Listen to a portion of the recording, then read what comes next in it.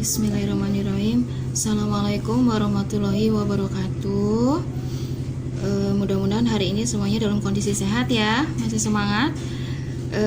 Hari ini kita akan coba pembahasan dari soal-soal latihan dari LK-LK pertemuan sebelumnya.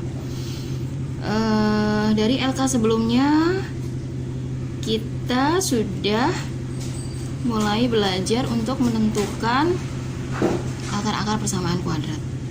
Nah, di dalam fungsi kuadrat itu banyak sekali isi-isinya, komponennya. Di antaranya persamaan kuadrat, terus akar persamaan kuadrat, terus jenis-jenis akar persamaan kuadrat. Dan nanti secara otomatis kita juga akan belajar membuat atau menggambar sebuah grafik fungsi. Nah, persamaan kuadrat bentuk umumnya adalah AX kuadrat plus BX plus C sama dengan 0, di mana nilai A tidak sama dengan 0 dan ABC adalah anggota bilangan real. Oke, jadi nanti kalau negatif atau positif A, B, C boleh ya. Oke, nanti di bagian kedua adalah menentukan akar-akar persamaan kuadrat. Di LK4 kalian sudah mencoba menentukan akar-akar persamaan kuadrat bebas menggunakan 3 cara ini. Yang pertama, faktorisasi atau pemfaktoran. Nih, AX kuadrat plus BX plus C sama dengan 0.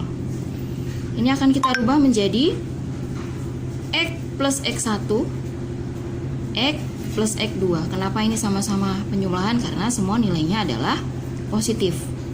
Nah, kita akan coba menentukan X1 sama X2. Kita akan pakai cara yang sederhana. Kita cari dua angka. Jika kita untuk mengganti nilai X1 dan X2 ini, kita cari dua angka.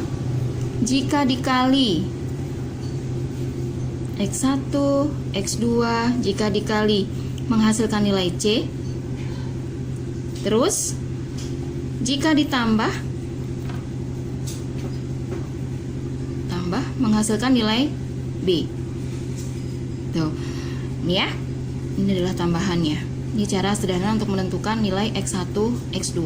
Oh iya, tadi di bentuk umum persamaan kuadrat itu di sini ada koefisien yang nempel di variabel X yang ada pangkat tertingginya ya, ini adalah A, dan koefisien yang nempel di variabel dengan pangkat kedua atau pangkat 1 itu B, dan konstantanya adalah C. Nih. Baik, mungkin cara yang kedua kalian bisa menggunakan melengkapkan bentuk kuadrat sempurna, di mana ruas kiri dan ruas kanan akan dikalikan dengan angka yang sama. Atau mungkin dengan cara yang menurut kalian lebih mudah menggunakan rumus ABC. Ini rumusnya. Silakan. Di sini sebenarnya ada dua rumus, tapi karena bentuk rumusnya sama, yang membedakan hanya operasinya. Untuk X1 atau X2, salah satu pertama menggunakan tanda penjumlahan, yang kedua menggunakan tanda pengurangan. Itu nanti akan ketemu nilai X1, X2. Baik. Setelah menentukan akar-akar persamaan kuadrat, nanti kita akan coba menentukan jenis-jenis akar persamaan kuadrat, atau biasa disebut dengan nilai diskriminan. Maaf ya kalau tulisannya bagus. Biasanya disebut dengan nilai diskriminan, atau disingkat dengan huruf D kapital, D besar. Ini sangat mempengaruhi. Ini adalah faktor penting untuk membuat sebuah grafik, karena dari sini kita akan terbantu bagaimana nanti bentuk grafiknya ya. Ini bisa dilihat dari jenis akar-akar persamaan kuadrat yang terbentuk. Contoh, jika nilai diskriminannya lebih besar daripada 0, maka dia memiliki dua akar real atau dua akar persamaan kuadrat real yang berbeda. Contoh seperti tadi, nilai X1 dengan X2 nya berbeda. Nah, sementara yang kedua, jika nilai diskriminannya tepat sama dengan 0, dia akan memiliki dua akar real yang sama. Contoh, nilai X1 dengan X2-nya sama. Ya. Atau bisa dianggap dengan akar kembar. Oke. Yang ketiga adalah jika nilai diskriminannya kurang dari 0, dia akan memiliki akar yang tidak real atau imajiner, atau bisa dianggap dia tidak mempunyai titik potong di sumbu X. Jadi kalau sudah jelas-jelas nilai D-nya kurang dari 0, ya kita nggak perlu lagi mencari nilai X1 dan X2, karena nggak akan ketemu, ya. Nah, lihat di sini. Jika untuk D lebih besar dari 0, dia memiliki akar persamaan kuadrat atau akar real yang berbeda. Berarti akan ada titik potong, dua titik potong di sumbu X. X1 dan X2. Silahkan mau nulisnya ditukar boleh. Nah, sementara yang bagian kedua, dia akan menyinggung di sumbu X. Jadi dia akan mempunyai satu nilai titik potong di sumbu X, atau bisa disebut dia mempunyai akar real yang sama atau kembar. Jadi tepat di sini hanya satu. Contoh, X1 sama dengan 2, X2-nya juga sama dengan 2. Oke. Sekarang kalau nilai D-nya kurang dari 0, dia mempunyai akar persamaan kuadrat yang tidak real atau imajiner, karena dia tidak ada titik potong dengan sumbu X. Dia berjauhan dengan sumbu X. Ini berlaku juga untuk nilai yang menghadap atau grafik yang menghadap ke bawah. Contoh, jika grafik ini menghadap ke bawah, misalkan D-nya lebih besar dari 0, nih, ya, dia akan menghadap ke bawah. Terus, jika dia memiliki nilai tepat sama dengan 0, dia akan hanya menyinggung di sumbu X satu titik. Tapi jika dia nilai D-nya kurang dari 0, dia akan berjauhan dari sumbu X seperti ini sama ya. Dimana nilai diskriminan itu adalah rumusnya B kuadrat min 4AC. Nanti kita akan coba di latihan soal ya.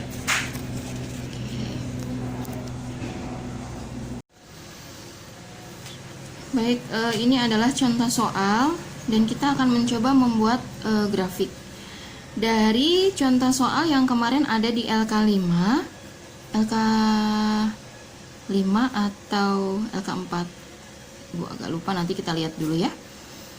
Kita akan coba mengerjakan hanya satu soal saja dulu, nanti soal berikutnya kalian coba sendiri. Nih ya. Di sini buatlah grafik dari persamaan X kuadrat plus 10X plus 25 sama dengan 0. Kita akan pisah-pisahkan, atau kita akan lihat nilai untuk A, B, dan C-nya berapa. Koefisien yang menempel di X pangkat 2 atau kuadrat tertinggi, A-nya di sini 1. Ya. Ini. B-nya adalah 10. Ini. Dan nilai C-nya konstantanya adalah 25. Kita kembali melihat bentuk baku dari fungsi kuadrat seperti ini. Nah, syarat untuk membuat sebuah grafik ada beberapa tahap ya. Di sini kalau kita lihat ada 5 tahap, yaitu yang pertama adalah tahap pertama menentukan nilai A. Karena tahap-tahap ini sebenarnya sangat membantu dalam pembuatan sebuah grafik. Jadi kita tidak perlu bekerja terlalu banyak. Artinya lebih menyederhanakan pekerjaan kita. Lebih memudahkan pekerjaan kita. Oke, kita lihat nilai nilai A. Nilai A di sini adalah 1. Nah, A di sini bisa menentukan arah grafik. Apakah dia menghadap ke atas seperti parabola atau menghadap ke bawah seperti payung. Jika nilai A lebih besar dari 0, berarti positif ya. Berarti dia menghadap ke atas, parabola, tersenyum dia. Tapi jika nilai A kurang dari 0, dia sedih, dia menghadap ke bawah seperti payung. Nah, kita sudah punya nilai A kita adalah 1, positif, berarti dia menghadap ke atas. Oke, checklist. Jadi grafik kita nanti akan menghadap ke atas. Tahap yang kedua, kita menentukan nilai diskriminan. Kenapa? Kita nanti akan mengetahui grafik kita nanti bentuknya apakah memotong sumbu X mempunyai dua akar real yang berbeda, atau dia menyinggung sumbu X hanya mempunyai satu titik potong sumbu X atau dua akar yang kembar yang sama, atau imajiner yang tidak mempunyai titik potong dengan sumbu X. Kita lihat dari sini. Jika nilai D lebih besar dari 0, maka dia akan dia mempunyai dua nilai X, X1, X2. Jika nilai D-nya tepat sama dengan 0, berarti dia mempunyai akar yang kembar. Sini ya. Nah, begitu juga kalau D kurang dari 0 di sini. Baik, kita coba akan hitung. Diskriminannya atau D-nya sama dengan B kuadrat min 4 AC. B-nya tadi 10 ya. 10 kuadrat dikurangi 4, A-nya 1 dan C-nya adalah 25. Oke, 10 kuadrat kurangi 4 kali 1 kali 25, 100 kurangi 100, 0. Berarti kalau dia diskriminannya 0 menghasilkan, kalau D sama dengan 0 berarti menghasilkan dua akar persamaan yang kembar atau sama. Nah, seperti ini. X1, X2-nya sama. Nanti bentuk grafiknya akan seperti ini. Ya, kita sudah ada gambar, sudah ada bayangan. Seperti ini bentuknya. Nah, tahap yang ketiga, kita akan coba menentukan atau mencari titik potong di sumbu X tadi. Yang ini ya, X1, X2-nya kita akan coba buktikan benar nggak dia akarnya adalah akar yang sama atau kembar X1, X2-nya. Oke, cara sederhananya seperti ini. Mungkin kalian sudah paham ya. Bisa menggunakan 3 cara yang tadi, pemfaktoran, melengkapkan kuadrat sempurna, atau rumus ABC. Silakan mau pakai cara yang mana. Ini pakai cara pemfaktoran. Kalau pemfaktoran cara sederhananya seperti ini, karena semuanya adalah positif, kita pakai dua-duanya tanda plus. Cari dua angka yang jika dikali menghasilkan C, jika dijumlah kedua angka ini menghasilkan B. Nah, kita temukan ternyata 25 itu kalau diakarkan adalah 5 dengan 5. Dan 5 dengan 5 kalau dijumlahkan pun menjadi 10, ya kan? Nah, dari sini X plus 5 sama dengan 0, berarti X1-nya adalah min 5. Di sini X plus 5 juga sama dengan 0, berarti X2-nya adalah min 5. Berarti terbukti dia mempunyai dua akar yang kembar atau sama, min 5. Di sini adalah min 5. Oke. Langkah berikutnya yang keempat adalah kita akan coba menentukan sumbu simetri. Sumbu simetri itu apa sih? Sumbu simetri itu seperti garis lurus tepat ya. Misalkan kalau kita punya grafik atau punya bangun datar, jika dia dibelah atau dilipat, dia akan menghasilkan dua bidang yang sama. Nah, ini garis tengah ini adalah sumbu simetri. Di sini nanti kita akan punya nilai di titik potong sumbu X. Ini rumusnya. Min B per 2A. B-nya tadi berapa ya? B-nya adalah 10. Min 10 per 2 kali 1, A-nya 1 sama dengan min 5. Tuh, min 5 di sini. Oke. Nah, langkah yang berikutnya adalah kita menentukan titik koordinat atau titik balik ya. Ini titik yang memotong di sumbu Y. Atau nilai Y-nya sama dengan nanti yang akan kita jadikan titik bantu untuk menjadi sebuah grafik. Min D per 4A. D-nya tadi kita ketemu diskriminannya adalah 0. Min 0 per 4A. 0 mau dioperasikan dengan apapun hasilnya tetap oke. Jadi kita punya nilai X dengan Y adalah min 5,0. Ini juga bisa sekaligus disebut sebagai titik pusat. Bukan titik pusat, titik puncak. Ya, apakah nanti menjadi titik minimum atau maksimum kita lihat kembali dari bentuk grafiknya. Oke. Nih, seperti ini. Tadi sumbu simetrinya X-nya adalah di min 5 dan titik Y-nya ada di 0. Oke, berarti tepat di sini sumbu simetri. Kita bikin ya, kita buat yang sederhana aja dulu. Nah, di sini. Kalau sudah begini, apakah kita bisa asal membuat grafik? Paling seperti ini. Jangan ya. Nah, karena khawatir nanti kita titik potong di sumbu Y-nya nggak bagus atau salah. Nah, ini di sini ada titik potong sumbu Y 25. Dapat dari mana? Kita cobalah menggunakan titik bantu. Nah, titik bantu ini sebenarnya kita misalkan X-nya itu bebas, bisa berapa saja. Tapi saran ibu, ambil angka-angka yang mendekati dengan 0.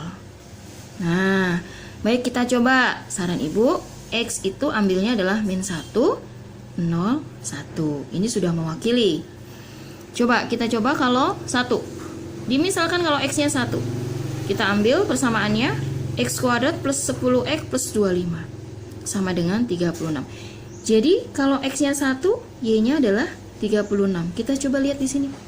Kalau X-nya 1, misalkan di sini ya. Y-nya 36 misalkan di sini. Y-nya 36.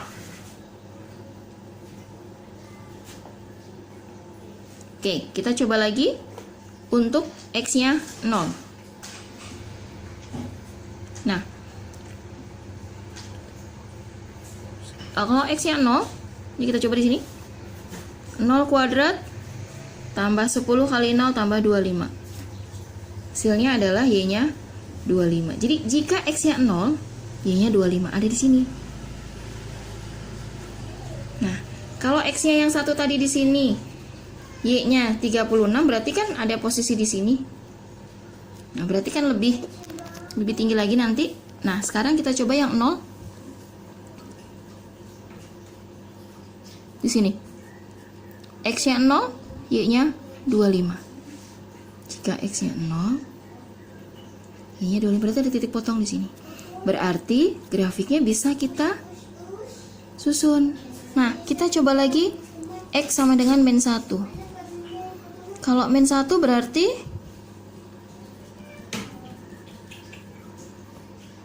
min 1 kuadrat berarti 1 tambah 10 kali min 1 min 10 tambah 25 berarti kan 26 kurangi 10 berarti 16. Nah, kita lihat kalau X-nya min 1. Oh, sorry, tadi yang 1 dengan 36 tuh harusnya di sini ya. Nah, saya salah. Sorry ya. Kalau tadi yang pertama nih, kita ulang. Kalau X-nya 1 berarti posisi ada di sini. Terus Y-nya 36 berarti kalau 36 ada di sini berarti sini. Nah, tek. Sini. Kalau X-nya 0 dengan 25 berarti di sini.